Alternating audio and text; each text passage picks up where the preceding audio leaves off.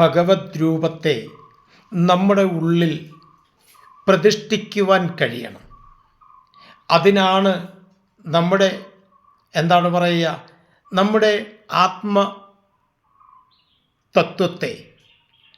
അതായത് ജീവാത്മസ്വരൂപത്തെ ആ പരമാത്മാവാകുന്ന ഭഗവത് രൂപത്തിൽ ഉറപ്പിക്കാൻ കഴിയുക.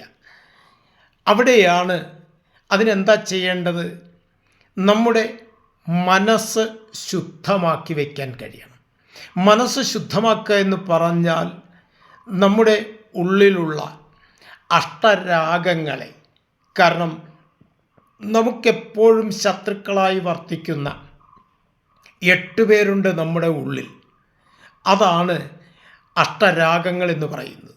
കാമം, ക്രോധം, ലോഭം, മോഹം, മതം, മത്സരം, ഡംബ്, അഹങ്കാരം. ഇതാണ് അഷ്ടരാഗങ്ങൾ. ഇവയെ പൂർണ്ണമായും നമ്മുടെ ഉള്ളിൽ നിന്ന് ഒഴിവാക്കി നിർത്തിയാൽ താനും ഈശ്വരനും രണ്ടല്ല ഒന്നായിത്തീരുന്ന തലത്തിലേക്ക് ഒരു ഭക്തൻ എത്തിപ്പെടും. ആ തലമാണ്, അതായത് ഭക്തനും ഭഗവാനും രണ്ടല്ല ഒന്നാണ് എന്ന് തലത്തിലേക്ക് എത്തിപ്പെടുന്ന അവസ്ഥ. അതുതന്നെയല്ലേ അദ്വൈതം. ആ അദ്വൈത ഭാവേന ഭഗവത് ഉപാസന നടത്തുന്ന വ്യക്തിയെ സംബന്ധിച്ചിടത്തോളം അദ്ദേഹത്തിന് മറ്റൊന്നും ചെയ്യേണ്ടതായില്ല.